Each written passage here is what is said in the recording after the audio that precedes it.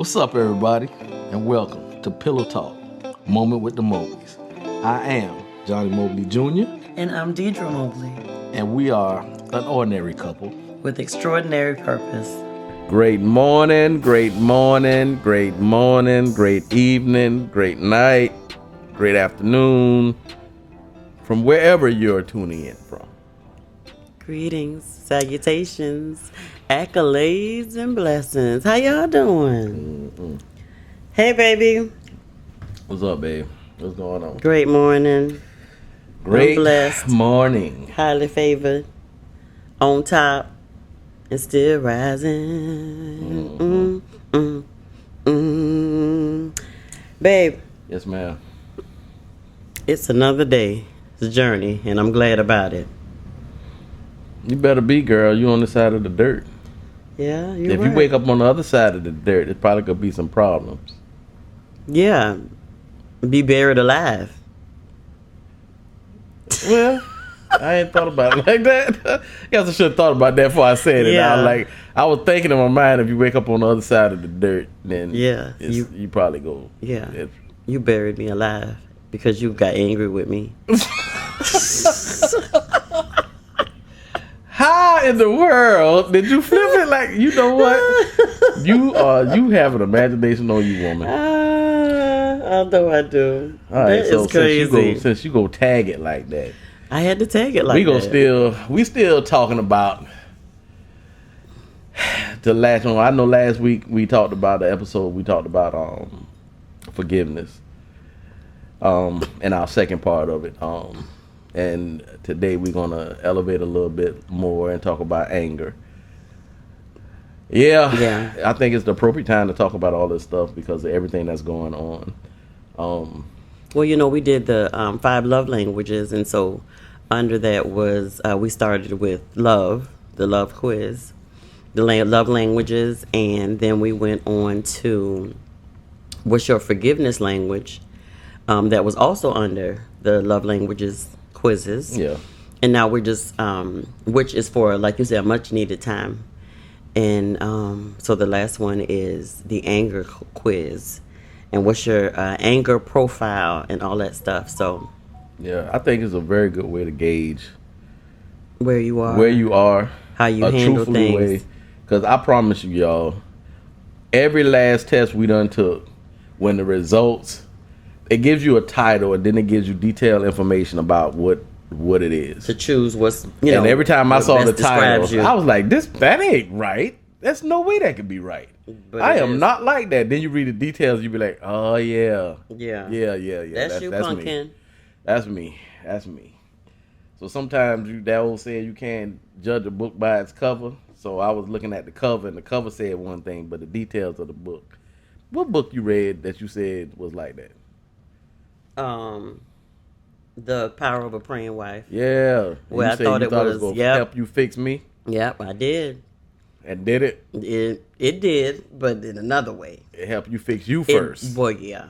So, it didn't necessarily. The end result was good. Yeah.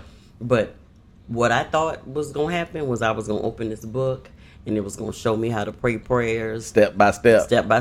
How to pray for this joker. Because he about to get these hands. Yeah.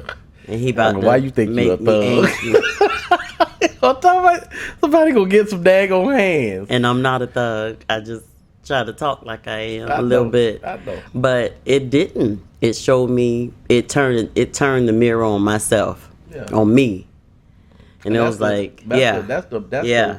You know the biggest. So thing Miss Stormy, people, if you ever listen to this, you changed the game with girl. You helped your girl a whole lot, but I needed you to be on my side first. Miss Stormy said she was holding this mirror up to you. You look, the one what we always teach, the one you got total control over is who? Mm-hmm. And you can't change nobody else. Yourself. That but you can beautiful change person you, in the mirror. That would have helped change situations. Yeah. So if you bring a different atmosphere to the conversation, to the situation, then that can very well be the catalyst to change. The change. You be the change agent. And so as we stated again, this is y'all know we love to do the quizzes and to read. Deirdra loved. Let's clarify that. Okay. Deirdra loved to do the tests and all The that 5 stuff. love languages has Tests not literally a word, changed my life. But I just said it. Tests. Y'all done said it before. Don't trip. Tests. So I like them. He like them too because I like them. She like them. I be trying to see if we can do something else, but she be waiting on me. We won't move until I take the test. So well, I just wanted to complete it, and because again, it's on the 5 love languages website, Dr. Gary Chapman, and this one is your anger profile. They have a test for that, y'all, because some of y'all out there angry. Yeah. You got pent up frustration, and you're angry. You're walking around angry, and you're grumpy, and you're not nice to live with, and you're just miserable. And I need y'all to take some tests or go lay on somebody's couch and, get help, because this affects, and this is all this did, baby.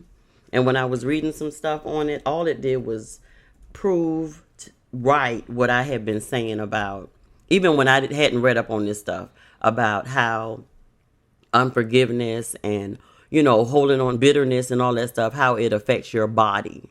Oh, yeah. And how we weren't made to carry and handle a bunch of stress and unhealthy thoughts and all that stuff or whatever. And then, of course, when you turned me on to Dr. Caroline Leaf, and, we attended that workshop here in Savannah that completely changed my life.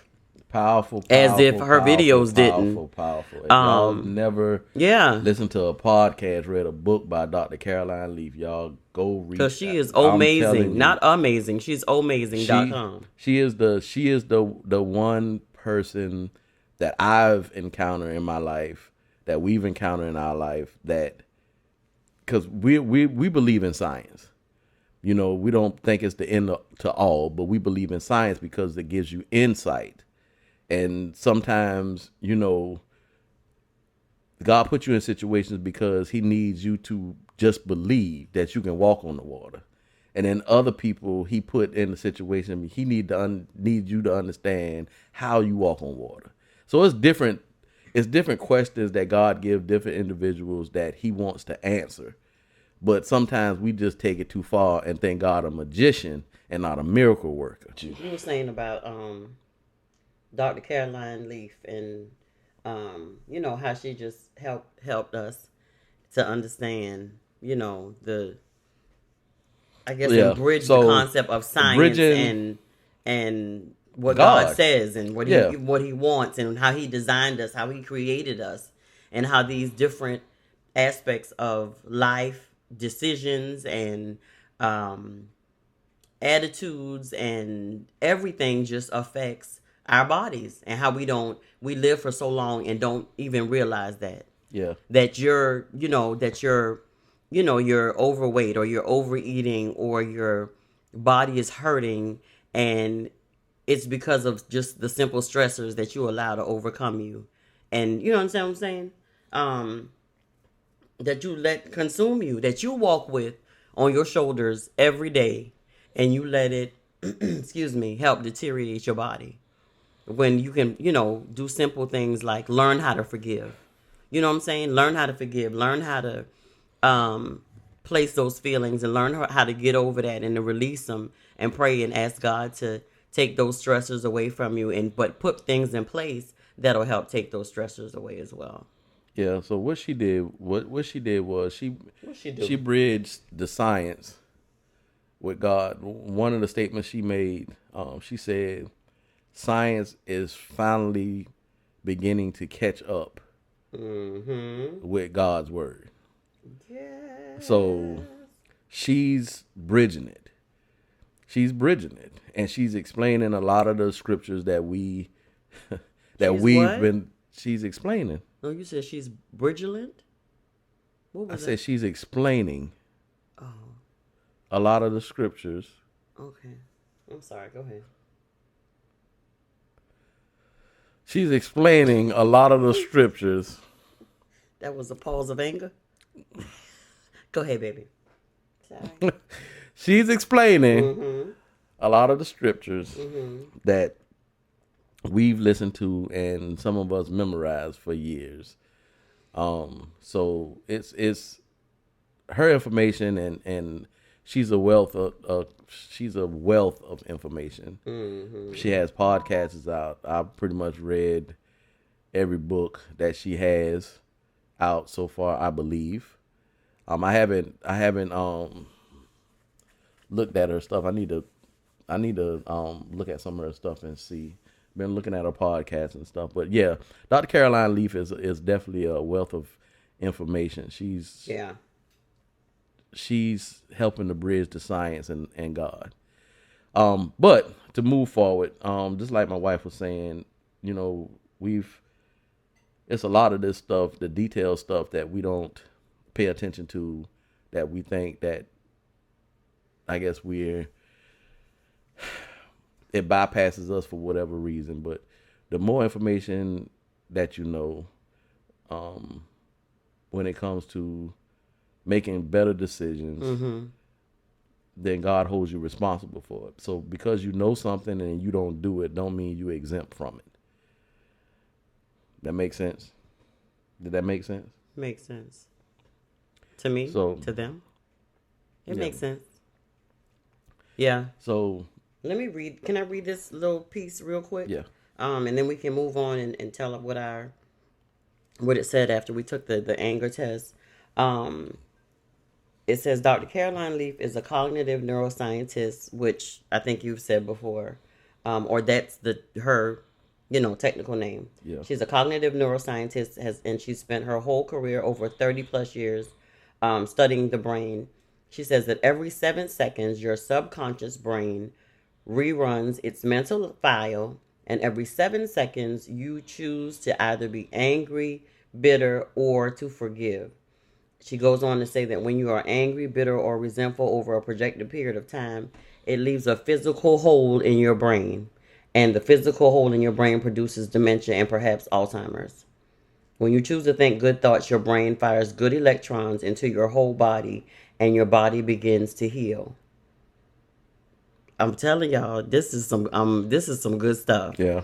And like I said, you turned me on to her when you found out about her, and you was like, babe, you have got to look at this, and you have got to do this and that. And I remember you got me excited about actually, like reading stuff and looking up stuff and reading up on her and how that, go into how you feel and just your posture and your position on how you deal with different life situations, how it affects your body.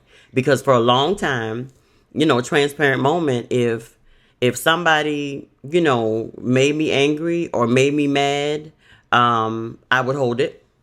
Not only would I hold it, but you were dead to me, and I would cut you out of my life. And that's real talk. That's real talk. And you would tell me, you'd be like, babe, you can't live like that. No. And you didn't even try to explain it from a health standpoint. What you were saying to me was, and I remember this clearly, I was in the room and you came to the door and we were talking about something, and you said, you've got to learn to release that stuff. And you've got to, because how can you be, say you're a Christian and you try to live your life as Christ-like as possible when you around here holding stuff, that people have done against you, and you pretty much cut them off. You pretty much don't talk to them, communicate with them. They pretty much don't exist in your mind. Yeah. And that's not living Christ-like. So you checked me real quick, and I didn't have a clap back. I didn't have a clap back, a comeback. That's when you first started trying to listen to what I said. You've had stuff before. Really? You've clapped back before. Really? Yeah, every now and then you snap back a little bit now, but I snap you back. You are something else. Get back. You get beneath our feet, Satan. That's what I say. Yes, that's what you say. Anyway. So now you calling me Satan. No, it's a spirit. It's a spirit. Whatever. It's a spirit. I drive out the spirit, not the woman. But there again, you helped me. Because, listen. But this is, here's the thing. We have a lot of different reasons, and I don't want to veer too far off our subject for the day. But right. We have a lot of different explanations and definitions of what we call a Christian. And God says it clearly in the Bible what a Christian is. He says clearly that you won't even come close to being It's because of his grace and his mercy that Absolutely. you are righteous, that you are forgiven, that you have grace, the grace of God. I thank him for it. So if right now, if all of our thoughts were visible, what would that picture be, Johnny? 98.9% of the world probably would just burn the hell up instantly. Well, you know what my picture would paint if you was painting my thoughts right now? I need you to stay focused. I am focused. Listen, so I'm focused on you. Hey. Okay, come on. Let's talk about forgiveness, baby. So my whole Not thing is forgiveness, saying that, anger. My whole thing in saying that is that you have to have a relationship with God to understand who He is. And I always do it organically. I have a relationship with my wife because I put forth the effort to spend time with her, to know what she likes, what she don't like. I even when it's tough to be with her, sometimes I still be with her. And that's a real statement I just made. It ain't always easy. It's a lot easier now to be with her on a regular basis than it was before. Because you didn't like me. Well, I didn't know who I was, so I was still dealing with stuff. Mm-hmm. So I was trying to get myself together, and sometimes I just needed, peace and quiet, or I needed whatever, and you needed what you needed, and we didn't understand how to give that to each other at the time. So that's real. I'm just being real. So now it's a lot different. We do have conversations where people call, hard conversations. We still call them hard, but they're not hard to us anymore. We just have them. So, so being a Christian, have a relationship with God, man, and let Him introduce you to the you He created you to be. And that's the best way that you can try to live righteous. And it's going to always be a try. You just try and put forth the effort. God will meet you. Get up every day. He'll get you there. Get up every day. But anger, this is the thing. When an emotion, anger is something that God created. Mm-hmm. It's not from the devil. Mm-hmm. It's not from none of that. Mm-hmm. It's anger is something God created. But He needs you to feel certain things to get you to a certain place. He don't need you to feel certain things to act on those certain things. Did that make sense? I want to make sure I'm making sense. Yeah. So when it comes to anger, anger is a God-given emotion, and it's scriptures everywhere. Yeah, but we have the control. We have to be in control of it and learn how to have self-control. Yeah, and how to deal with it. Yeah. Sure is, Mobley. So can we read our results? Excuse me, from our anger test. We can. I'm gonna say one more thing on what we were just talking about. Yes, sir. When I did tell you to release that stuff, I always look at it like this: if you have a room and you have boxes in the room, and it's boxes of stuff in there you do not need, but you got stuff that you do need that you need to put in there that is good, that you need to hold on to, that you need to use for later, and you don't have room to put it in there, then you leave it out and it's exposed, and that's when the enemy takes it. So what has to happen is all that stuff in you that you don't need, that's occupying space, you need to get rid of it. Yeah. You need to get rid of it so God can download other stuff in you that you possibly would need now or need later. Yeah. So, because I said I wanted to be a vessel for Him to use. Yeah, but how can I be if I'm clogged up with anger and bitterness and hatred? Yeah, and it's just falling at your feet. Yeah, and then the enemy coming and take it. And if you want to know if the enemy came and take it, God has given you something that you did not write down, that you did not remember. He gave you a dream or whatever it was, and now it's gone because you ain't wrote it down. You ain't got no place to put it, and you can't remember. But you feel like because God is God, He'll bring it back to you. Well, because I'm distracted and unfocused, as you just said. I need you to focus. So I'm gonna leave that there. But you can't receive new stuff if you holding on to old stuff. And like your body is a vessel, so you can receive a lot of stuff. But if you don't know your capacity, if you don't grow your capacity, it's no possible way you got more room for other stuff. Yeah. And that comes with identity. That comes with understanding your purpose. And the only way you can get that is have a relationship with God. I'm gonna stop. Yeah, because you're working on getting the offering. We're gonna take a just stop. We're gonna take a recess. We'll be back. Because I feel that stirring up in me for real. That teaching coming up in me. But what we gonna do is we gonna keep forward on this. All right. So you can give me that teaching later. I'll give you that teaching later. I got some ones. I'll give you that teaching later. I need you to get about 1,000 of them because I'm gonna take every last dollar. Well, I'll just give you the debit card. That's fine too. I wanna be able to work it. Listen, keep focus. Are you reading your anger assessment or am I reading mine first? You read yours first. Ladies first. My anger assessment results are as follows. This is your result. I'm Deirdra. You know how to handle anger. Boop. Really? Don't. You know how to handle anger. That's what it says. That's what it says. I might Let me look finish. At you take this test. Let me finish. You don't need to look at me take the test. Questions appropriate. Let me listen now. Okay, so it says your responses indicate that you generally have a good handle on your anger. You are likely aware of what makes you angry and tend to be intentional in processing your feelings of anger. You likely don't experience too many difficulties from anger-related issues in your personal or professional life. There's always room for improvement, however. That is me.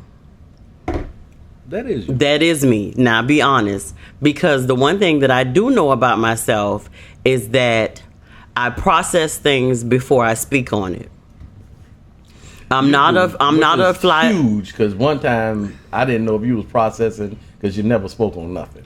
You just cried. So this is very, very big. Go ahead. My footprints are not there anymore. Yeah, they're not. I don't even know where that's at. Exactly. Who was I talking about? I don't know who you was talking about. I don't either, baby. Go ahead. Well, you know what? I do know who you were talking about. You were talking about Deirdra, who was a lost girl, who was not sure and not confident of who she was, and not sure about marriage, not sure about me, not sure about you, not sure about a lot of things. Yeah. And I didn't know how to process that in my mind. And so I didn't want to be vulnerable to you because there were a lot of things that I wasn't trusting in you. And so we hadn't developed that. Yeah. And so now here I am, many years later, and I'm confident in the space that I'm in.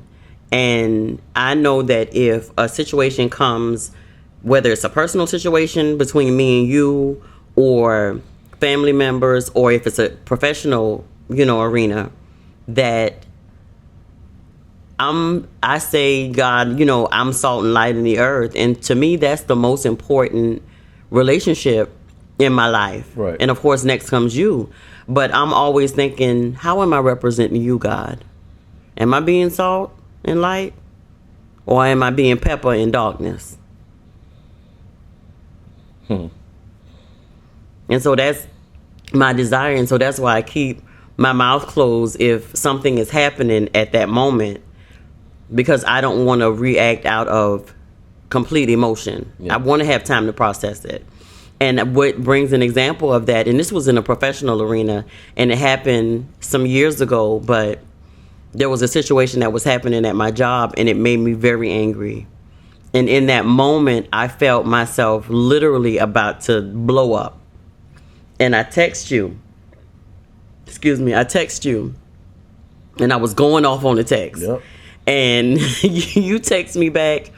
That day, I wanted you to be Johnny, my homeboy. Yeah. I didn't want you to be Johnny, my husband, the thinker. It's vice versa like that too. You trying to give me reason and sanity, and I'm slapped going in on this text. And you messaged me back and you said, babe, calm down. Think about what you're doing. Think about who you are. Think about what's going on, and think about how you gonna handle it. Don't go in there running your mouth off about something that you might not even have all the facts on. Take a minute and chill out. because literally I was ready to. I didn't want to process it. I didn't want to think about it. I didn't want to do any of that. I wanted to say what I wanted to say, feel how I wanted to feel, give them all of my mind, which was crazy, but that's what I wanted to do. I don't think that was... Yeah, that probably would have been a little bit of your mind. Yeah. A lot of flesh. A whole lot. Anyway. But yeah, you told me, pretty much, you told me to get my life. In that text, you just told me pretty much, get your life and be quiet.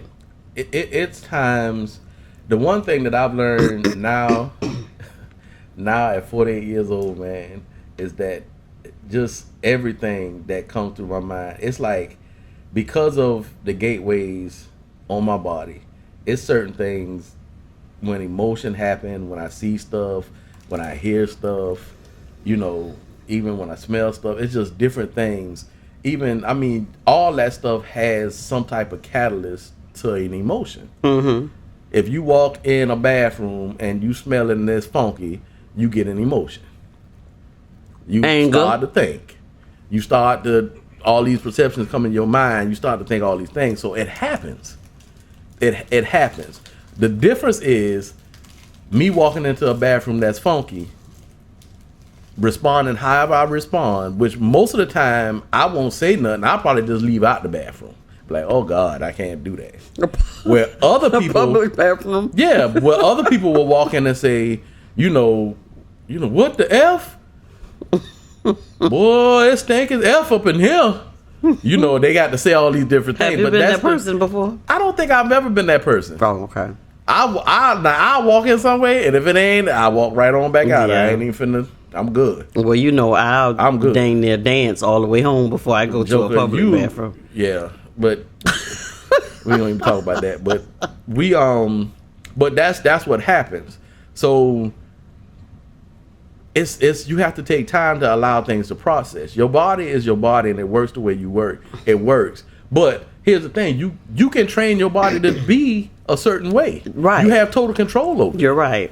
Your body and your brain can't do nothing that your mind don't tell it to. You're right. So, and your mind is like. Your mind has all the information. Mm-hmm.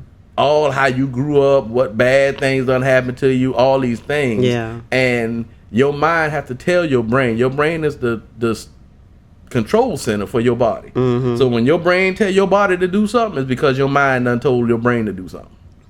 That's how that thing works. Yeah. So my thing to you at that time was, I get how you feeling. I'm not trying to tell you not to feel it. I needed you to be I needed you to be ready to pull up. I was there. But at the end of the day, what I always say, we got to make great choices. You're right. And although we strive to make great choices, that day I wanted to forget about the great choices. I feel you, but that ain't how it had to work. You the same way with me. I know. And sometimes I be wanting to hang up on you sometimes because I need you to cuss, say something. I'm feeling this way, Joker, and I'm about to do this, that, and the other. But the Lord said, you know what? I got to call you back. But that's like what I be wanting to do. That's another one of the reasons why I thank God for us, because it's like when I'm in that moment, you are feeling the exact opposite. He's already given you what you need to give to me. Yeah. And it always comes through every time, or vice versa, you know, when you're in that space. And that's how it's supposed to be. Yeah. I can't call nobody that I know. I know people that I can call that'll be, I put my boots on right now. I'll be there in a minute. I got cats like that. They ready to throw them hands. I got cats. Don't care what it is, where we going, how big, don't care. Yeah. But I love them boys, but I can't call them cats. Because they going to have us somewhere we don't need to be. You have a couple of daughters that... Oh, I definitely got a couple of daughters. Ready, set, go. They be ready to help you throw them hands, Johnny. And that's the last jokers I'm going to call. You say, what, Daddy? Okay, I'm going to meet you. Don't worry about it. We'll take care of it. What you going to take care of? You. But you just can't hold that stuff. And I think where we at now, I don't think this stuff is new to us. Mm-hmm. Everything that we go through, I think we're thinking more about the process and how to handle it now. And then we keeping a mental note. Yeah. Because now we got something to pull back from because we keeping it. Yeah. So it's like, okay, I remember last time I handled this. This ain't I can do this. But like we always talk about, think of the choices that you make, because the consequences, you're going to have to deal with it. You're going to have to live with it. Yeah. And I'm at the point to where I'd be like, God, yeah, okay, I know. Sometimes I'm stubborn as all get out, and I don't want to do this or I don't want to do that, but I also don't want to deal with no negative consequences coming back. So I'm going to try to make the best possible decisions because I want to live a peaceable life. I don't want to be in the wilderness for a long time. I don't like her. No more. No. Right. Not if we ain't got to, Lord. Right. It's part of the process that we will. But we don't want to put ourselves back in the wilderness. Right. Because you can put yourself back in the wilderness time and time again based on your choices. Yeah. It's okay, Lord, I obey. One of the things you've always said, and I think this started probably about 5-6 years ago, you begin to say, I just don't want the drama in my life. The unnecessary drama and being on a roller coaster that I didn't ask to be on. Yeah. So I don't even like roller coasters. Yeah. So about 5-6 years ago, you began to say statements like that, and you said a lot of other ones. But it's become so strong now to where when you see it, you do like that bathroom. You walk in and be like, oh, no, I'm good. I'll holler at y'all when y'all finish doing whatever y'all doing. Just give me a call and we'll do it like that. Yeah. But and I don't, at one time I was like, well, Lord, we don't want to be selfish because we don't want to not be a help to those, and we don't not. But what God has told us is, like he's told me and my wife, you have total control over what you do. First of all, so they have control because they don't know. I said, because they don't know, don't mean they don't have control, so they just have to be taught. But it can be learned. But God said you can help everybody because I've given you that ability to do it. But helping everybody don't mean you got to be there in the middle of their stuff. But also, you ain't called to everybody. You ain't called to everybody. You can pray. Right. And pray for folk and pray for situations that God will send the person to them that's assigned for that purpose. But I just can't. But my thing with that is, Johnny, some people like living on a roller coaster. That's how they. And if that's the decision that you have made, guess what? I opt out. I check the opt out button. Ain't mad at you. Box. Yeah. We're not mad at you. Yeah. But at sometimes it's a need for us to get on the roller coaster. Right. You're right. Someplace we gotta go. There's no other way we can get there. We have to get on the roller coaster, and we have to. But I'm making that decision about, or the Lord done told me. God said, right. Give us the vision because we don't ever. I don't ever want to get on a roller coaster without God's approval on it, because everything in my life, His grace, His grace. Yeah. Because the process is the process. Yeah. Some of these processes you can do different because you make different decisions. Mm-hmm. And the other ones, just like the children of Israel, they was in the wilderness because they stayed in the wilderness because of their decisions. And God was taking them through a process. Well, I'm gonna learn the lesson quick, God. And the last time I think, I can't remember when around, but the last time we was going through something, I said the one thing I told you is, well, even though, we where we at, we can't move again. Because I don't want to be in the wilderness again. I said we can't go back to the wilderness again. Now God done brought us through the wilderness and He done gave us all the instructions. Then when we get out the wilderness, we on ready set. He said, "Okay, we gonna bless you," and then we pew, and then we wind up back in the wilderness. We didn't learn anything. In that so space everything that we were in, all the process, all the learning, we didn't keep a mental note. We didn't keep no note, no nothing. We just had our eye on the end, on the prize. So once we got through a process, the prize is what we was going after. Yeah. So like my little brother Willie say, our motives wasn't true motives. Yeah. It just wasn't. Yeah. But we didn't know it at the time. Yeah. Because we felt like as long as we did 1 through 5, we were good. Yeah.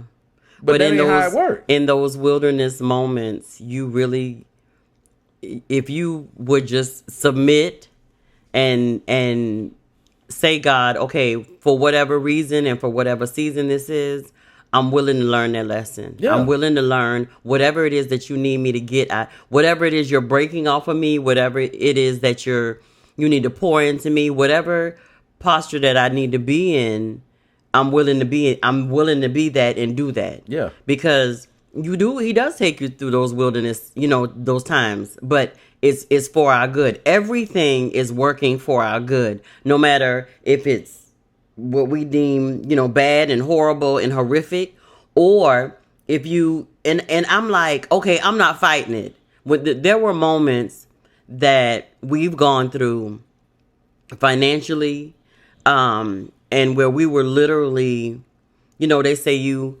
living paycheck to paycheck. Yeah. We was living paycheck till the next day.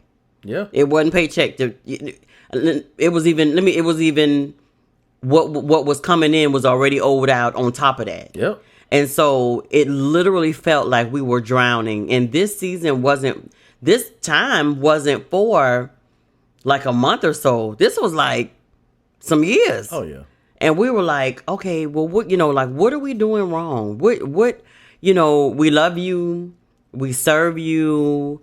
It seems like we can't catch a break with nothing. And it's, and in that moment, I think the enemy really wanted us to curse God in that moment, because some of those times happened when we were serving, we were trying to give, we were trying to do our best to be, in a posture of truly trying to, do and be all that God wanted us to be. Yeah.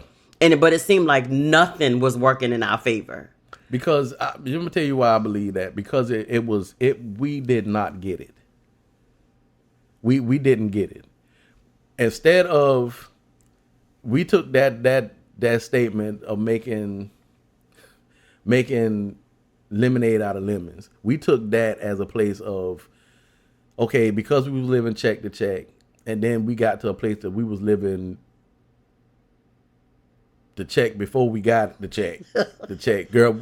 We were some masters at this money thing. We were some masters at this money thing. So we would have money that we ain't got yet that we would spend, and then when we got the check was already gone. So we wasn't living check to check. We were living future check to future check to future check. The money we ain't even got yet, and praying that we was getting the money, because if we didn't, right. we was done. Yeah, and I believe that's what God's grace was at, because we were spending money that we didn't have, that it actually came in.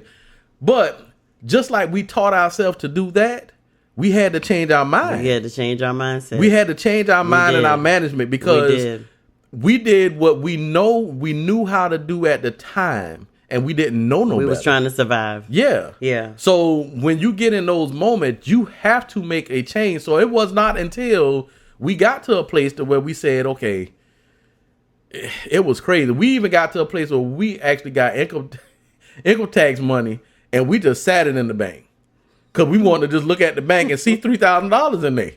We was good, and we felt like we had all the money worth. Wasn't paying no bills. Hold off, baby. Just wait. Just hold off, because we wanted to see it. So I think all those were steps in the right direction to get us where we needed to go. Just like I said, our process was our process. It didn't make sense. And we've learned. We have learned. It didn't make sense. Yeah. And this the crazy thing. Like I said, we was going to church. We was doing all the things, quote unquote, that we was told we were supposed to do.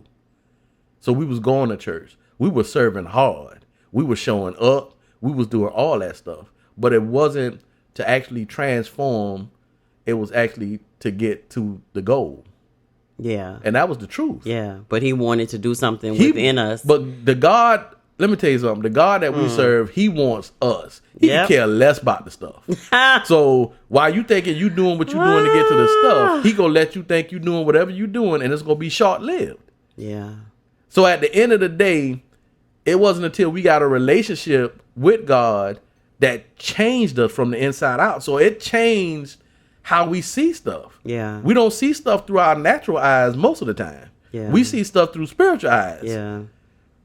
And even when the tough things come, now the first thing we say is like, okay, God, what's in this that you need us to see? What we need to see? What's the process? Where we, what we doing? and then he always gives it to us swiftly, and then he give it to us. We do, and this is the thing. He doesn't micromanage us. He wants us to grow in the process. Yeah. So when he gives it to us, he said, "You already equipped to do this. I just needed you to ask me, have a relationship with me, so I can release this thing." Yeah. This at the end of the day, all he wants you to do, to talk to him. Yeah. Talk to him, have relations. Seek me. Talk to him, have relationships. Get closer to me. In my Draw nigh. righteousness. Yeah. That's all he wants. Yeah. Because the more of me that lives inside of you, the more stuff can change. Yeah. And that's all he wants. Yeah. All right. I Anger. keep feeling this stuff. You right. Exactly. Stirring up in me. Yeah. So I'm and I got a whole lot of ones. So this is what. What's your anger assessment? My anger assessment, of course, like I said, is it always. The title always, I don't like these titles. Oh, Jesus. Read it, sir. Thanks. So I took mine and it said, this is, Johnny, this is your results. It didn't say Johnny. I put Johnny in there. Okay, go ahead. Johnny, this is your results. Okay. You are doing well, but can't approve. I said the devil is a lie. This thing is wrong. Did it say that yeah, for that's real? what it said. I said this is wrong. Oh my God. This is not me. This is not right. This is not accurate. Finish. It's not accurate. Finish it, baby. But this is what it says. Your results are indicative of someone who likely handle your anger well in many situations, but there are still times when your anger is handling you. Woo! Recognize the areas where you are doing well in handling your anger, but also be cautious that your anger is not getting out of hand in other ways. Think about the situations where your anger comes out most often. Is it with loved ones, at work? With what happens when you react angrily? Are you a shouter, or do you turn your anger inward? And it got a lot of different other words. What words do you tend to use? What feelings tend to come out when you're angry? And how do those feelings find expression in good ways or bad? Now I'm gonna tell you. Let me tell you something. Are you angry, Mr. Bruh. This thing, when I tell you this hurt my feelings, y'all. Cause I'm like, I be handling this thing. I take it and put it on the table, dissect it. We gonna handle it. But let me tell you something. I'm gonna tell you the one thing that you can't lie about. So funny. Is when you stand up and you look in the mirror and look at yourself, Joker. What you looking at is for real. It's for real. You can try to act like you don't see what you see, but what you see is what you see. Yeah. But the one thing I can say, remember that time, and I was thinking of examples. Remember that time that Tristan was a baby, and we were on 16. Y'all got to listen to this. We were on 16, and at that time Tristan was wasn't in a full-fledged car seat yet, so he was still in a carrier. And when we would get him, we had no more grandkids yet. He was our first one. And I would sit in the back seat with him. So this particular day, I sat in the back seat with Tristan, and I was in the seat behind Johnny, so right behind Johnny. Johnny was driving. We had been on 516, which is the interstate, and we had been up several cars back, but we witnessed this work truck with a trailer on the back of it, literally cutting people off, like literally cutting them off to the point to where they were about to wreck, running people off the road. He was driving. It was two men in a company truck, and they were driving real reckless. And you know that type of stuff. Johnny don't fare well with that type of stuff. Well, I don't either, but he really doesn't, because we just don't like to see people get hurt unnecessarily. And this guy was being a real butthole and just being reckless. And so we get off on the exit, and then we merge onto another interstate. And as we were merging, he almost did the same thing to us. And we tried to be cautious because we saw what he was doing, but he almost did the same thing to us. And so we were merging onto the interstate. He almost cut us off to where Johnny had to swerve. So picture this: we on the interstate going, God knows how fast, 60, maybe 55, I don't think we was 60. going that fast because we just got on. We hadn't picked up speed. Yeah, we probably was maybe like about 40, 45. Yeah, and y'all, Johnny, I knew he was angry because he was like, what? This dude is just dumb, stupid, and probably threw a few cuss words in there too. No, I but did. That like, wasn't probably. Did you? I was fearful in that back seat. Yeah, because I was on fire. The guy had his window down, and Johnny had his window down. We were on the right, and the guy was on the left. And Johnny literally was driving and having a full-fledged shouting match with this man, saying, pretty much, "What are you doing? Like, I have my grandson and my wife in the back seat. What are you doing? You trying to kill us? You know, y'all driving. Think about it." He said, "What you gonna do? What you want to do?" Oh, y'all, and I'm in the back seat. And I said, "Listen, dog, listen to me. You got to stop doing this. I got my grandbaby back here with my wife. What you gonna do?" Yeah, we driving. If you ain't gonna do nothing, then so J Mob showed up. Y'all. And then I was saying something, pull over. And D-Mob was terrified in the back seat. Pull over, we can take care of this right now. The driver was like, "We ain't pulling over, we gotta go, da-da-da-da-da." But the dude in the passenger seat, he was saying all kinds of stuff. Y'all, and we on the interstate, y'all, trying to, and at this point, I'm tapping on the seat going, babe, honey, no, Johnny, no, please don't do this. I was He on was fire. so mad. I think, was I able to get like their company name and stuff like that? Because they went on, after they ran us in the median, in the emergency lane, then they just kept doing what they was doing. And they was moving their way, and then we caught up to them, and then we called the number. But and they were out of town, from a company out of town. So it had me on fire, because in my mind, I'm thinking, if you run me off the road, if I didn't see you, if somehow your truck or your trailer would have hit me or clipped me and caused a reaction with my car, and the car flipped or whatever the case is, do you even understand? Yeah. What you can cause? We looking at you run several people. Yeah. Off. I mean, what are you doing? Yeah. And granted, I don't know. He might have got a call, emergency, or whatever the case is. But if you got an emergency or whatever the situation was, so you would just go kill whoever to get to wherever you had to go at? Yeah. I don't think I've ever seen you that angry.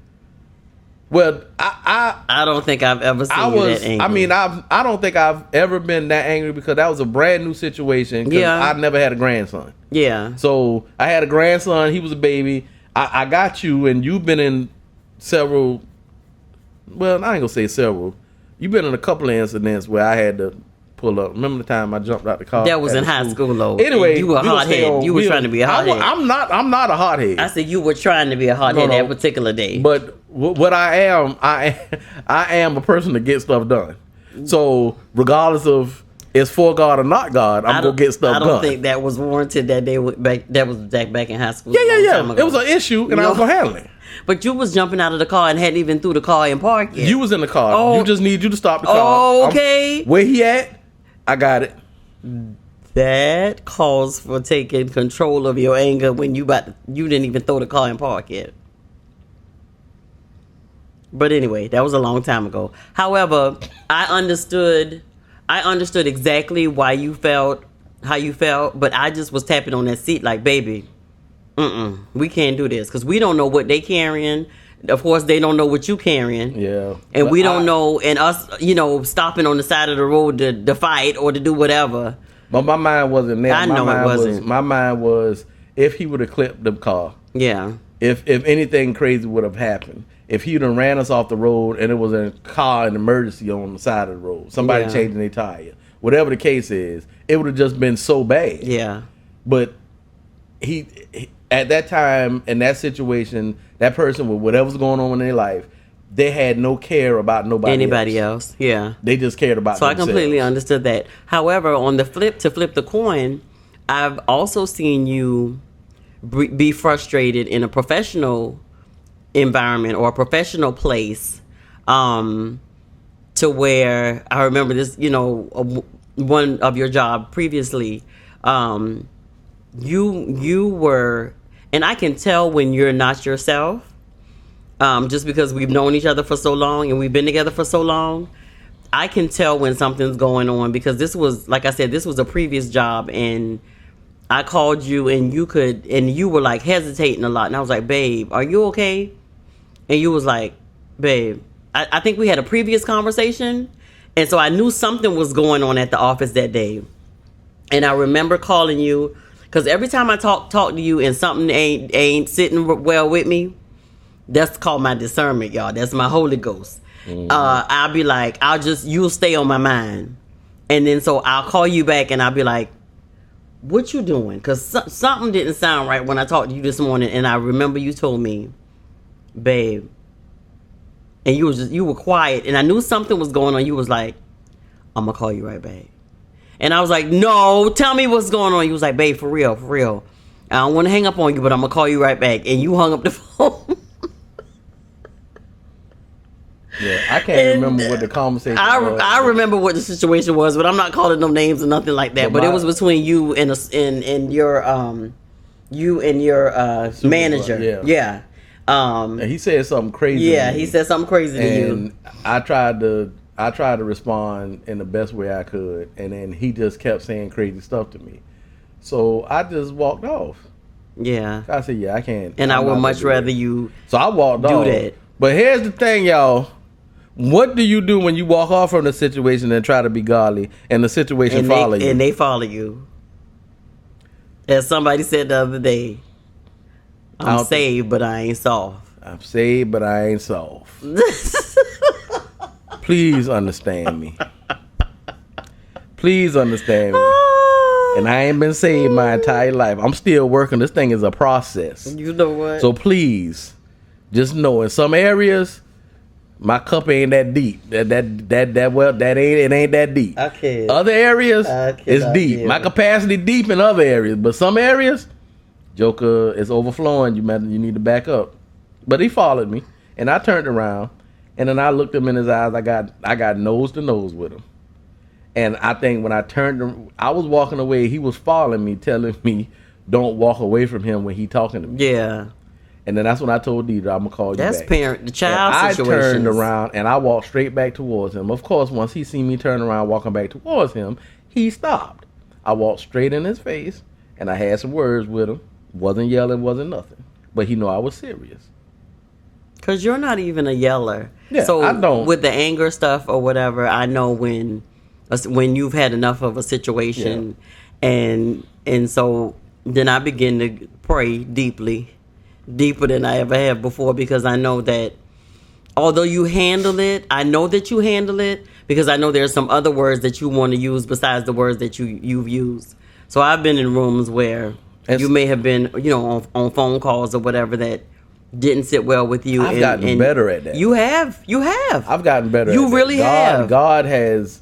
You really have. Intentionally expanded my vocabulary for a reason, man. And my relationship with God has deepened, and that's whenever I have questions about with my relationship with God, that's what I know. When situations like that happen and Johnny don't know what to do, and I just kind of take a half a step back, because I want to kind of keep Johnny in it a little bit, but I take a half a step back, and then God steps in and he handles it for me, and I can see how he handled it. Yeah. And then I can take the mental notes, and then I can do it. I put forth the effort to do it, because some situations I don't know how to handle. Some situations I feel like you can't handle unless you do it a certain way. Yeah. But that's not true. It's ways you can handle it, and it takes patience.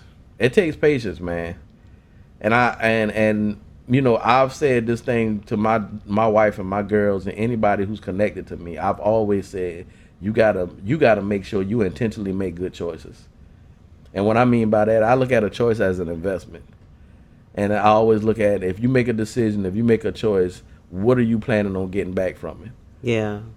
Would you take $1,000 and just give it to somebody that you have no idea where it's going? And that's what I feel like, making a decision with anger and making a decision on that. That's what I feel like happens. You give $1,000 away, and then, now some people got $1,000 they can just give away. you know. Well, I'm giving you $1,000 at once tonight. We got $1,000 we can give away, but we ain't investing it in no bad way. You're not a bad investment, though. No, I know I ain't a bad investment. You better put all your money on me, girl. Pause. We'll be right back. Anyway, it's time for a studio break. You know what? Right anyway, we go. But what I do think we want to relate this to is anger in marriages, and anger, and how do you handle anger in your marriage? How do you deal with a spouse who's angry?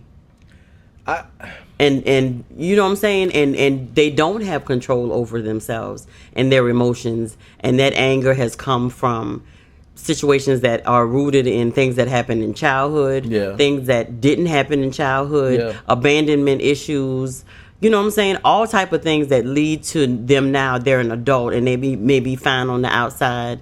And, you know, I know he my spouse and I love him and all this, but then when you get in a relationship where now he has the weight of work on him, the weight of providing for you and your kids, if there are children in the situation, the weight of the pretty much the world, because they may have things going on at work and all that factored in at the same time, and bills and babies and all this stuff. How does that affect them, and what triggers does that provoke in them, and how do they deal with it? Are you handling it? For me, with you during a lot of trying times in our relationship, when early on and stuff like that, when you become upset or angry or at me for whatever reason, or when we were dealing with anger, stuff that made us angry, as you know, my retreat was quietness or, crying, or your retreat would be that you would walk away. Yeah. You would, even if it was coming in the house, and then you would turn around and go right back out of the house. You know what I'm saying? But there are people, and one thing that made me think about this when I was reading some stuff on it was the fact that of the Lorena Bobbitt movie that we watched, and we remember when this story came out and when this story happened, but we were I think a lot of people only heard like the husband's view of it. It wasn't really noted what was going on in the marriage. Some of it may have come out in court and stuff like that. But I think mainly a lot of the things, the focus was just on that she cut some of his member, as my husband calls it. She cut some of his member off and threw it in the woods or the grass by the convenience store or whatever. But watching this and seeing it from her point of view, there was a lot of anger in that relationship. And it showed it to be, we'll never truly know what happened in it, but something had to happen to get her to the point to where that was, like she said, kind of just lost it. And, it led to that outcome. But a lot of things in the movie, I think we looked at each other like, why was he so angry? I think that was something learned, and we don't know the situation. We don't know these people. Right. So I'm not going to say a whole lot. But it seemed like there was a lot of triggers. The movie, But I think in a nutshell for her, it was something that she never experienced before. Right. I think she had big dreams and high hopes of stuff happening. So she got married. She was moving forward. She was doing stuff, and then this came in her life. Yeah. Well, obviously somebody taught her if something's going on in your life and something else, then if it's not working out, then just leave. Yeah. And that's what she did. But Buddy just kept finding her. But she kept going back because she thought he changed. He told me he's gonna change. At some point in time, when a person don't think they can get out of something because they're being controlled by someone else, and the person just say, "I'm gonna always find you," and I'm gonna always. I mean, if a person and they trying to get help from other people, man. How do you? I mean, that's a hard way to live. Yeah, but also, I don't think that they intentionally go into a marriage saying, "I'm going into this marriage to be angry all the time," and react out of anger and bitterness towards my spouse or my other, my partner.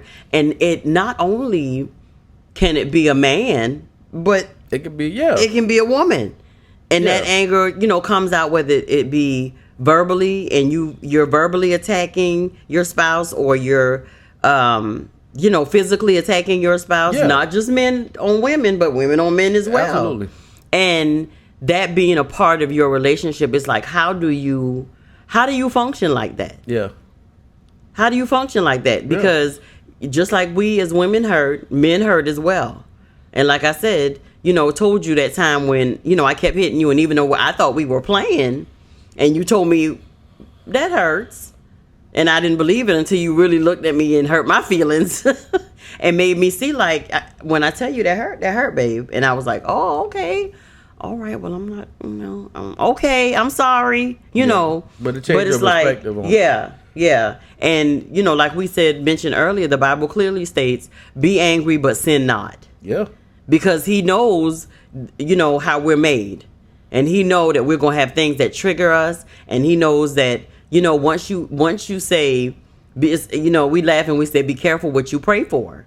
Because then the test will come to see, have you grown in that space? And I'm like, let me just be careful what I say. Because what I need deliverance from. Because people say, one of my prayers and my growth, and I ask God, I say, God, help me to be more patient.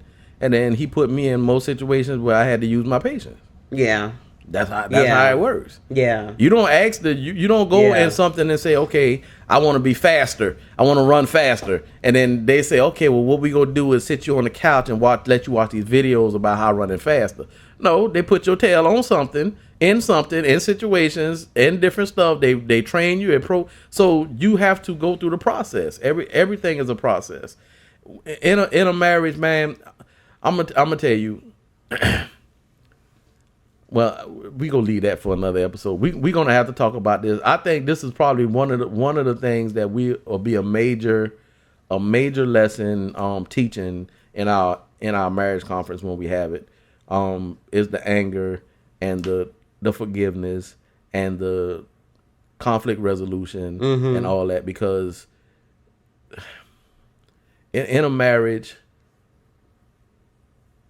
the answer is not hitting the reset button. The answer is not finding somebody to replace them.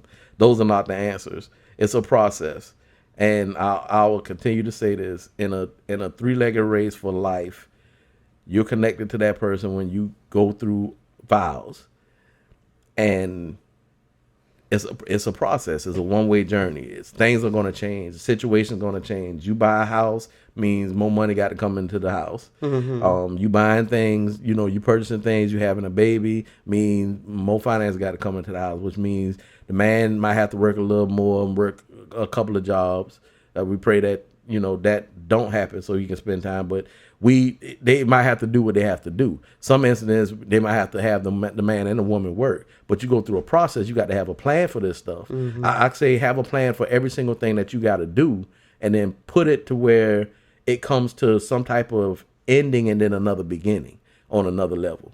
So you don't want the man working 2 jobs for the rest of his life. Yeah. It got to be somewhere where y'all planning, y'all, saving, y'all doing something, you're growing, you're going to school, you're trying to get a business, entrepreneurship, whatever it is, but you got to have a plan. What happens is most people just get a job and work 2 jobs, and then they have a career on somewhere, and then they paying for the house for the next 30 years, and then next thing you know, you 80 years old, wondering where your life went at. And that's the part. And you angry. Yeah, because there's a lot of stuff you wanted to do, and now you got your man, your husband living with you, and he mad because all these big things he wanted to do. Well, man, you ain't tell nobody about the big things. And some men will probably say they told their wife, but that's another one. Another show. Yeah. Another session. That's another one. So listen to this. Going back to what we said earlier, anger is a God-given emotion that's common to each of us. In addition, anger is a human emotion that happens natural in response to one's perception of a threat to our security and well-being. And that's what happened with that gentleman, that guy that was running people off, and that eventually became in a conflict with us. It says, emotions are simply a part of the way God wired us, and yet they are subject to our management and our control. Yep. Everyone experiences anger, some more intensely and frequently than others. It's not whether we are going to get angry, but what we do with it, that matters. Yep. You're going to get angry. Ain't You're no going way to get around mad. it. You're going to get sad. You're going to get happy. You're going to get glad. It's about how you manage it that matters most. At the end of the day. At the end of the day. Gotta have a plan, y'all. And some people, I've seen some people not be able to handle it at all. And they just act upon emotion immediately. Without thought, without regret, without anything. And they act a certain way. They lash out, with anger. And sometimes you'll be shocked to say, or you'll be surprised that that's even coming out towards you or towards someone you may love or know, and you just happen to be in that place with them at that particular time. And so you're wondering where it comes from. And like we always say, it ain't always about the sandwich, y'all. It ain't always about the sandwich. It's about how you brought the sandwich to me. Right. And 9 times out of 10, it's not about the sandwich. It's not about that. It's about all the other sandwiches or all the other things that have been stacked up on top of it. Yeah. And it's just that the sandwich is bringing out the emotion because I'm overflowing with stuff. I'm throwing up stuff because so much has been stacked up on the inside of me, and now I can't hold it. And then because y'all ain't communicating, the man done brought you the sandwich, and he talking to his homeboy now calling his wife crazy because I just bought her a sandwich, and she asked me why I put the sandwich in her lap like that. She crazy. Yeah. But you know what that makes me think about? That someone that we used to be associated with, I'll say this, and the wife would just, what we would think is that the wife was just, react, and she was crazy, and she would do these outlandish things. And that was her posture over and over again. We would only see her reaction, though. The older we got, and the more that I began to think about this, it wasn't the fact that he didn't come home last night that caused her to pop off. It wasn't that, because it was a culmination of things. Yeah. But all we saw was her response. Yeah. We didn't go back and think at that moment, at that point, we wasn't thinking, well, what? She around here busting tires. She around here, coming to find him. She around here shooting. She around here doing all kind of foolishness. Where is that coming from? Yeah. What's on the bottom of that? What's sitting on top of that sandwich right there? I'm sorry, what's under that sandwich? Are there 5,000 other sandwiches up under it? Is it other things that's up under it that's rooted and grounded in that relationship that has drawn her to the conclusion that you're not hearing what I'm saying or what I'm asking you, or I'm asking you to be considerate of me at this moment, turning the pages on the calendar. Yeah. And not that everything was him. You understand what I'm saying? But for those things to be her response, and we used to think, well, it was just a little bitty thing that he did. Why was her response so big? Yeah. Or why was her reaction so enormous and so crazy? What that seemed to be to us. But at the end result, at the end of the day, the place that we are in now, we always look at each other and say, yeah, we hearing what he's saying, that she crazy, and these different incidents make us think that she's crazy. Yeah. But what's at the root of it? Yeah. You always say, Deirdra, if I'm bringing home something to you and I'm giving you I'm saying, well, I was talking to my friend, or I was talking to a coworker, or I was in a situation where I heard this or whatever, and I said, well, she said that he did this, or he said that she did this, and you'll be like, babe, it's two people in a relationship. Two sides to the story. You heard one side of the story. That's What's all the you other heard, side boo. of the story? She might be angry, but what has happened? What has transpired in this relationship? What does this go back to? That old saying is his side, it's her side, And then it's the truth. and then it's the truth. Yeah. Because you got a perspective from him and a perspective from her. Mm-hmm. But then you got the actual truth of what's actually going on. Yeah. So yeah, it's a lot we can do with this, y'all. I'm going to read this part, and then we go get up out of here. Okay. A little bit on how anger affects the health and your marriage. The inappropriate expression of anger on the part of one spouse can hurt both spouses deeply and cause significant harm to their marriage in the following ways. It can damage the safe feeling trust. Tear it up. Damage the safe feeling trust. I don't know if I can trust you because you be popping off at the drop of a dime. And what that means is if I just get angry about one subject every time Deirdra come to me and ask me about it, 9 times out of 10, at some point in time, about that 3rd or 4th time I pop off, I probably never hear her talk about it again. Don't mean the problem ain't still there. She just ain't talking to me about it because she's saying that's not a safe place for me to talk about it because he gets mad. So we're not doing that. So I talked to Glenda. Ooh, we old. Glenda, Bertha. We gonna talk to them. Or you be talking to Glenn, Bob, Bobby, Tyrone. Nook them. Sickening. All I'm saying is the conversation, because the conversation ain't being had with you, don't mean the conversation ain't being had. Yeah. So a marriage, man, it has to be. Let me finish reading these. I'm gonna finish reading these. Go ahead. Okay, damage self-esteem by resulting in guilt and shame, which means, remember when you said in the beginning you didn't talk to me about a lot of stuff because you didn't want me to think that you were dumb. Mm-hmm. Yeah.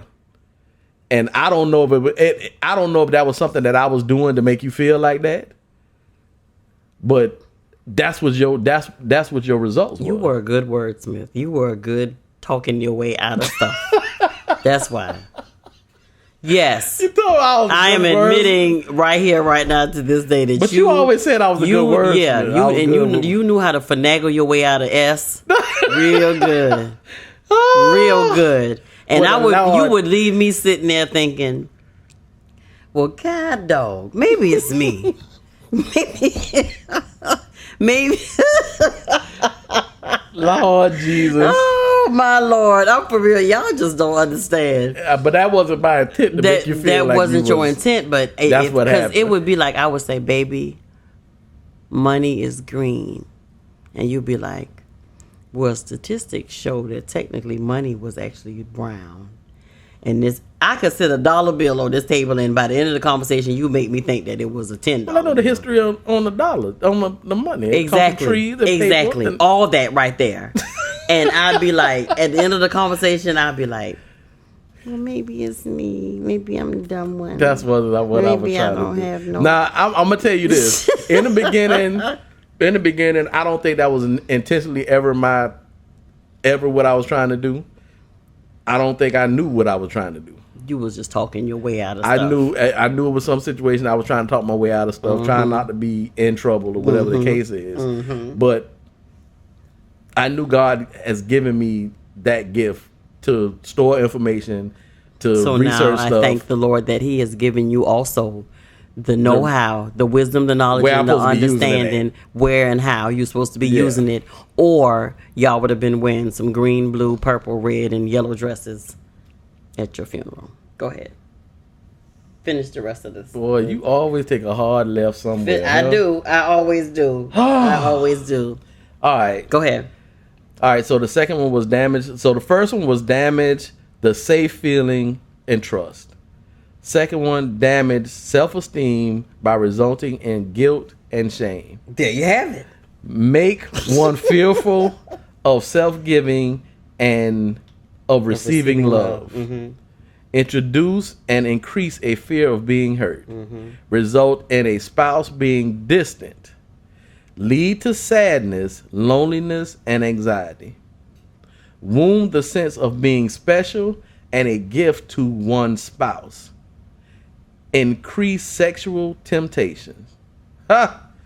Contribute to drinking, gambling, and other compulsions of behavior. All right, so this is what I just read to you the results of. It's the inappropriate expression of anger on the part of one spouse can hurt both spouses deeply and cause significant harm to their marriage in the following. In those ways. Ways. So one of our episodes we talked about that we got a whole book on probably, but it was gateways. And what people don't understand is when one spouse lets something into their household, it does not hit you. Yeah. It hits the entire family. Yeah. Whoever's in that household, whoever attached to it, it hits the relationship. Mm-hmm. So that's why some person can make a decision. I can make a decision to bring something in that I think is great, and it's not good to you. Yeah. But I don't know it because it's benefiting me, but it's damaging you. Yeah. And it's damaging our relationship. Yeah. But because if we're not connected and we don't have open communication, or I don't say something before, and it's not, and this is where people get it twisted at. It's not her, Deirdra, having control over me or not me having control over you. It's us being mindful and protective of our relationship. Yeah. Because there are things that you know that I don't know. So if I want to bring something into the relationship, you can say, babe, I read or remember or bring something back to remember. Oh, yeah, I forgot about that. Yeah, so we might need to chill on that. We might not need to do it right now. We might need to do this. That's us being protective of our relationship. Yeah. That ain't you saying, hey, yes, you can, no, you can't. Right. Because that ain't how it rolls. Right. It's us having a conversation because we're protective of our relationship. Yeah. And that's what people get it twisted at. Because if you don't have communication, you just don't let anybody up in my... If you walk up in your house and somebody, your daughter or somebody done let somebody in your house you don't know of, you gonna be upset. Yeah. Because you ain't have a conversation with me about this person coming in our house. Yeah. So we got a problem. Yeah. You're right. But for whatever reason, relationships, marriages, they expendable, boy. All that stuff don't matter. It matters in the material space, but when it comes to protecting our marriages and our relationships, comes to protect, I can go on with that, but I'm not. But when it comes to protecting our marriage, man, we got to look at it different. Yeah. You just got to look at it different. It's not what you think it is. This thing is not what you think it is. We have devalued relationship, marriage, relationship with God. We have devalued it to you being a Christian, to you going to church, you putting in that work, and then it gets you into heaven. And that's not what it is. It has some part of what it is, but it's a small percentage. At the end of the day, God wants you. Yeah. At the end of the day, I want my wife, Deirdra. Yes, you do, baby. And at the end of the day, you want... I'm mad you ain't thought about that yourself. But anyway, we'll talk about that later. But I'm at always the end there. of the day, I just didn't want to interrupt what you were saying. It's an intentional wanting to be with Deirdra. It's me intentionally doing the things that I do. It's me intentionally putting forth the effort. Am I 100 every day? Absolutely not. Yeah. But do she see me put forth the effort? She do. Yep. And vice versa. Yeah. So it ain't about, it's about, and just like I said, the realness is, I don't feel like, I don't have a feeling of wanting to be with her and deal with her and do all kind of stuff all the time. But that percentage of that is lessened now because we're in a three-legged race in our life. But one of those things that brings a little anger to him is, and I told him that I was going to tell this because we hollered about it last weekend. Johnny has this very bad, I'm not going to say bad because it's something something that he doesn't enjoy.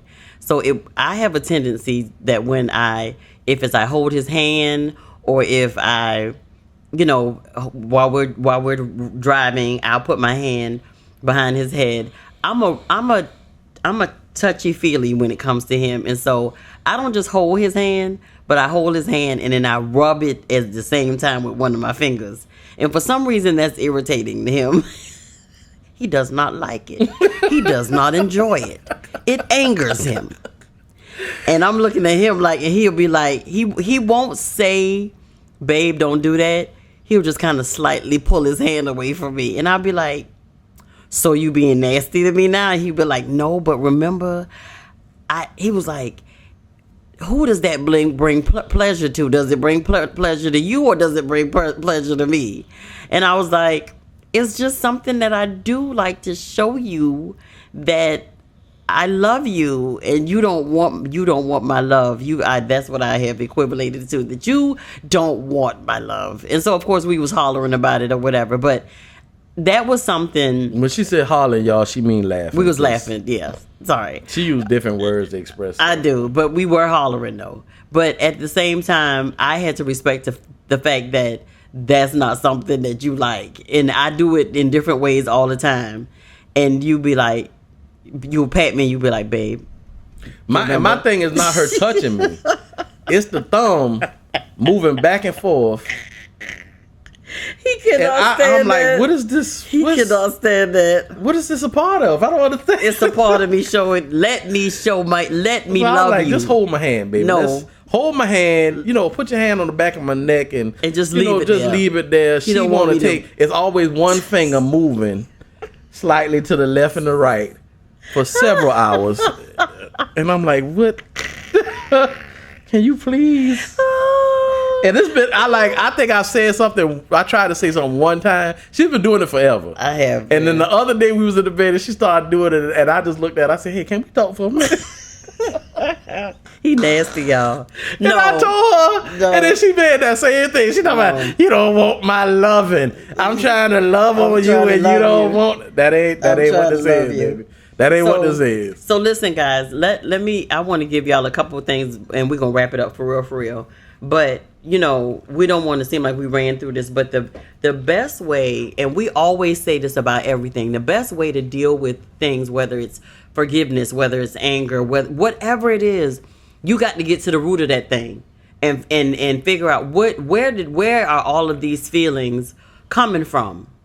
Where are they coming from? What has caused me to, feel this way? Was it trauma from childhood? Was it neglect or abandonment? People continuously let you down. You got fear or anxiety because of certain situations that has happened in the past, unmet expectations that you had, blaming others, or just a simple unwillingness to accept responsibility. Point blank, period. You have to get to the root of it to understand how to get over it. I had to get to the root of why I was not communicating or not whatever. But the more that I began to communicate, and the more that Johnnie opened up to me and he began to show me that I could trust my feelings and my words with him, then we began to progress in our relationship. The Bible says another thing. It says, be quick to hear, slow to speak, and slow to anger. Anger is not a word, or it's not something that we're not supposed to have. It's an emotion that we have and that we're going to have to deal with. And the best way to still be a great person is to acknowledge that this thing made me feel this way. And where did that come from? And if that requires you to go sit on somebody's couch, or with COVID going on, requires you to sit across the computer and have a Zoom with a professional, or whatever, just do it. Or have a talk with God and be honest about yourself. Be honest with him about the feelings and the emotions that you're having, and ask him to help you deal with that. Point blank, period. Be angry, but don't sin. He created it. Yeah. And I think he created all these emotions to be catalysts to jumpstart you in a direction. Yeah. It's a catalyst. I believe anger, all those emotions are catalysts to open up a realm to shoot you into another area of your life. Yeah, make you a better you. Like you said, the you he created you to be. Yeah, so it's supposed to expose you to different thoughts, different things. But what has happened is, just like the world is full of sin, we have other things that attach itself to it. And then we have other ways that, quote unquote, people, express that stuff. Yeah. So now it's getting angry because you disrespect me, I got to punch you in your face type thing. So it's a lot of different ways to resolve stuff. Right now, we see across the world where the protest has been going for our brother George Floyd, and it started I believe it started a revolution, because now it's evolving into something different, and everything is peaceful. We're angry, but we taking that anger and we putting a pen to pad, and we changing policies. Amen. We putting stuff in place. Amen. Yeah. That's where it's at. That's the decision that we made. That's the decision that we made as a nation. To do something, to do it different. It started out a little shaky because we were doing stuff and folk were going stealing TVs and we were burning up stuff. But after that initial anger, it got to a place that we calmed down. We stayed together. We moving forward. All our brothers of all colors and all backgrounds, we're together. We're saying this is not cool. Yeah. We're actually looking at the problem where it came from. The root. The police. The root. The police. It's over 100 people, black people, that got killed by white policemen. So the root has always been, the first root has always been, why are the policemen killing black people? Period. So now we looking at the police officers, the police precincts. We looking at that. And now we're looking at trying to change that. You have to go, we have to be smart about this stuff, because at the end of the day, it's deeper than that too. Yeah, it's way deeper than that. Yeah, because what's going to find out is, after we dig into the police department, that's connected to something probably deeper, and it's going to expose a lot more other stuff. Yeah. But we got to start there. Burning up the precinct, burning up the cars, stealing stuff, tearing up stuff, fighting, bombing, all that stuff. That's okay. Yeah. No, that's not okay. But I get the initial anger. Yeah. But I'm so glad that it shifted to something else now, because if we would have kept doing that right now, half of the nation would have been tore up, and then we'd have been still looking crazy in 6 months. Then stuff would have still happened. Listen, y'all, it's still happening right now after George. It's how many people done got killed? It's like 2-3 more people done got killed by policemen. We seeing all kind of stuff. Consistent and killed. It's still being black people being. I mean, it's all kind of stuff happening. So it's definitely something in the system. That's another show for another time. But I'm gonna leave that alone. Yeah. But why we said that is because the example is the nation is angry over this. But we're responding different. What is your response? We're responding different. What is your response? So now we angry, but now we looking at stuff and we thinking, we making good choices. Yeah. Okay, the policemen are killing black. Why? Let's look into the police departments. Yeah. The training, whatever the case is. Something is not right. If the training not right, it's bad. It's a bad group of people in there, and if something is happening. So let's start there. Yeah. And I promise you, that's going to expose so much different other stuff. Yeah. It will. Yep. So but slow as long down as we and stay, think before you respond. So long as we, and what I want to encourage everybody, that it is a process. So don't get weary. Because it's not going to be overnight. Yeah, don't get weary. But they well doing. Yeah, the nation is hearing us now. Though. Yeah. I said this the other day. I said we had a sledgehammer bamming on this window for a long time. We done cracked the window now, so folks started turning around and they noticed. The window is broken, all the way broken. No, it ain't broken all the way. It's broken. It's cracked though. It's broken. We got a line. It's cracked. So we love y'all so much, and we thank y'all for hanging out with us. Thank y'all for hanging out with us. We have been truly long-winded. Moments with the Mobleys. A lot of moments with the Mobleys. Who are you? Johnny Mobley Jr. And you? Deirdra Mobley.